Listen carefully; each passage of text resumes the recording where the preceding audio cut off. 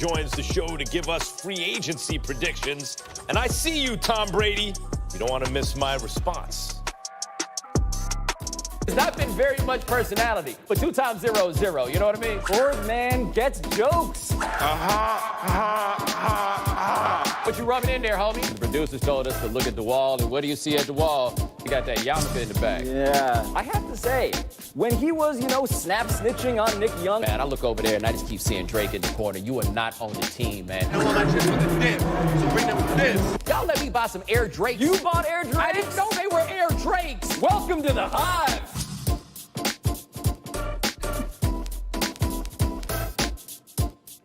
All right, welcome on back to First Take. We're coming to you live from above the Heineken River Deck at Pier 17. Now let's welcome in the Are those the Air Drakes? ever so charismatic I ain't wearing no Air Drakes. well-dressed Bomani Jones. How are He you? is one half of High Noon, which can be seen every day at 4 p.m. on ESPN. Welcome on in. What's up, my brother? What's up, my brother? What's up, my brother? You don't look into the camera and say what's up to your boy, particularly when you sitting in my chair, especially when you sitting in my I didn't know chair. which one I was supposed to be looking at. There's a lot of That's what I'm cameras. supposed to be looking at? What's going on, Stephen A? That's no excuse that you're a pro. You do TV every day. Here's my You're question. supposed to know what camera If you is. ain't got to come to work to do the show, why I got to come to work to do the show? That's what I want to know. Damn, that's... Yeah. All right. Yeah, it's not high noon yet. It's high 11:02. There we go. When you say these are not the Air Drakes, do you not wear them because you found out they were Air Drakes after you bought them and now you won't wear them? Yeah, that's basically Boycott. it. I can't walk around with Drake singing. I've said too many things to be out here, like rocking some Air Drakes. I will humble myself before Michael Jordan. I'm not humbling myself before no Drake. Fair enough. That's fair. Fair enough. Stephen A., would you mind reiterating the news you revealed at the top of the show right now?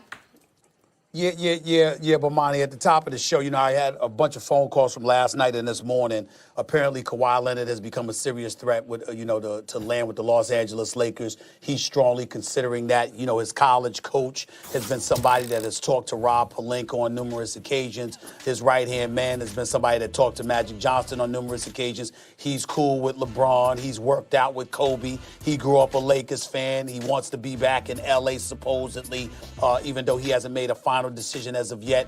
And from what I'm being told, the Clippers are very, very nervous that the Lakers have really, really come into the picture and been a significant player in all of this. So it's going to come down to the Raptors, the Lakers, or the Clippers, with the Lakers seemingly having the edge over the Clippers to acquire him. I don't know how true it is. This is what they're saying, though. If that happens, though, if Kawhi Leonard ends up going to the Lakers, then you got to wonder what KD's going to do. We've talked about the Knicks. We've talked about the Nets. Well, Bob Myers, the general manager for the Golden State Warriors, is going to be on the East Coast this weekend. The minute the clock strikes 6 p.m. Eastern Standard Time, KD is going to get offered the $221 million supermax by the Golden State Warriors to remain with the Warriors. So if you're KD, in light of AD, LeBron, and potentially Kawhi being in L.A., do you still go to one of the New York teams, or do you go back to Golden State because you think about the next 3 years and you're going to compete for a title? Then to get to your boys in Houston, all right, you've got a situation where Fertitta and Daryl Morey and those boys have been pursuing Jimmy Butler. Do you still do that knowing that LeBron, AD, and potentially Kawhi are in L.A., or do you stand pat and just let Jimmy Butler stay in Philadelphia without trying to bring him to Houston, since it's anticipated it's not going to make much of a difference in terms of your ability to beat L.A.? Or not only that, you got Kyrie, you got Kemba, all of this stuff is going on. Kawhi Leonard right now is the king of free agency because whatever move he makes may very well dictate what a multitude of teams elect to do, which is what makes all of this so interesting. That's what I've been told, and that's where we are. Your reaction, Bomani? I just can't see Kawhi Leonard go from being on top of the basketball world to then being LeBron James' sidekick. Because there's really only room to be LeBron's sidekick. That's the only play. If you're going to be on the team with him, you're going to be the sidekick. And then that means, is Anthony Davis going to be the number 3 guy? Is Kawhi Leonard going to be the number 3 guy?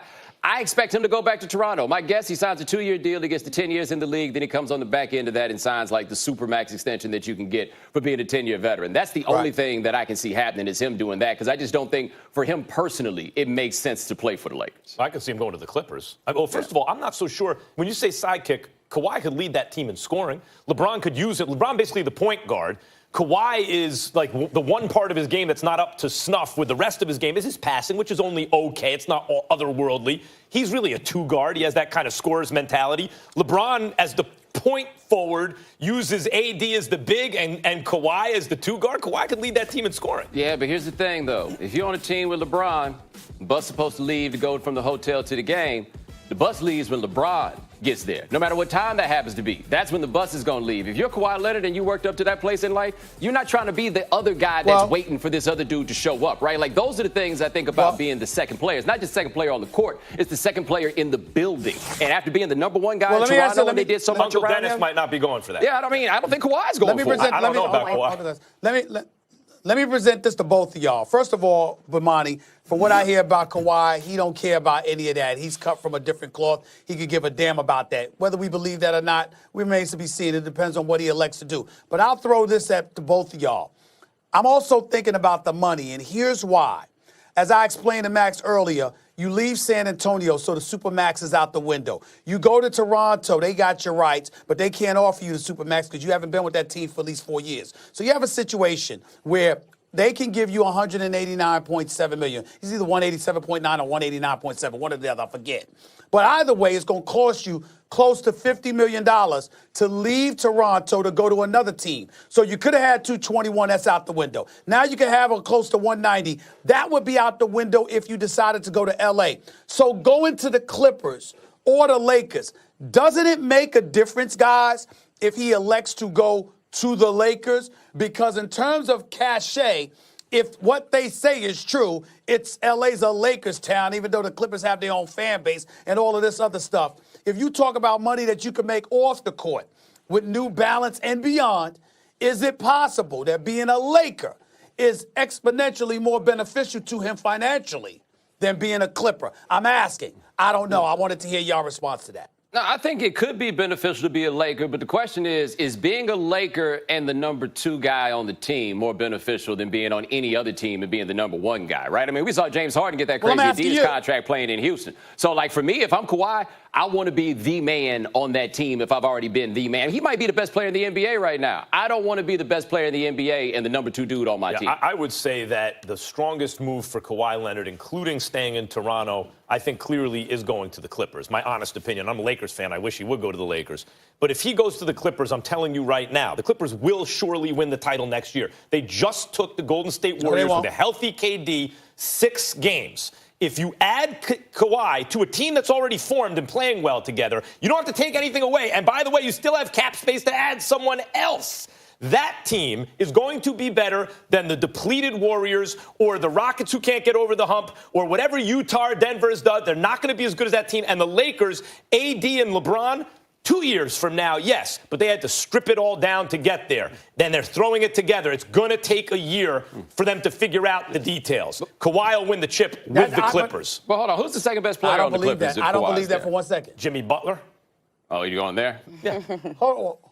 Oh, so you think, I see. So you're saying, Max, you believe, let me be very clear, because, see, you confused us now. We're talking about Kawhi going to the Clippers. You believe that if Jimmy Butler doesn't end up in Houston, that Jimmy Butler is going to leave the Sixers to go to the Clippers? I think it's possible if Kawhi is there, but I'm saying even without Jimmy Butler, guys, who is the second best player on Toronto? Now, yes, well, there are certain things in the East that opened it up for Kawhi. I'm claiming that's the same situation in the West. This is a Clippers team, again, with a healthy KD. Beat them 2 games. But now KD and Clay aren't there. The Lakers are without a roster around their 2 stars. Who else is in the West that's going to stop Kawhi on a team? They're not just throwing this together. It's a team already. And now you add a finals MVP, the best player in the game, to that team without taking anything away. It's like it's Toronto Redux. I'm not sold on that. I think Houston could take that particular Clippers team. I think Portland with Nurkic back could take that particular Clippers team. I'm not a fan of Danilo Gallinari. I'm not a fan of. I know he can play a little bit, but I just consider him relatively soft. Montrezl Harrell is a rough rider, but from a skill standpoint, in terms of the ability to hit perimeter perimeter shots and what have you, like Pascal Siakam could. I don't see him as that guy. Marcus Gasol can step away from the basket, hit outside shots. I don't see that. So when you look at Toronto, I think you're underestimating how skilled Toronto is. Well, Patrick Beverley, you got to keep him. Remember, $9 million. You got to bring him back. You got to find a way to get if you dole out the max, you got to find a way to make sure that you keep him as well. Don't underestimate that reality too. So we don't know that about Patrick Beverley. It's a good team, but I'm not sure a championship. Hold on, they're missing it. Outside of Kawhi, though, I mean, if they get Jimmy Butler, okay, then you got like a number 2 option. But Kyle Lowry is a better number 2 option than what the Clippers would have right now. The other thing these Raptors had, those big, long dudes. I'm not sure about that, switch. Bomani. Mm-hmm. Well, Bomani, you're going to be Kyle sticking with Lowry, us. I like Kyle Lowry. Much more of I your like Kyle opinions Lowry. coming up later on in the show. Hold on, Charlie. Sleeping on I like Kyle Lowry. Lowry. I like hold on. I like Kyle Lowry, but Lou Williams, I would argue, is a better option. 6 man, 3 times over. We haven't even mentioned Lou I Williams. don't know about that one. We have a whole lot more things to mention coming up in the show. And Max, also coming up, you're taking us to your Ingenious Bar Yes, to the Ingenious tell Bar. us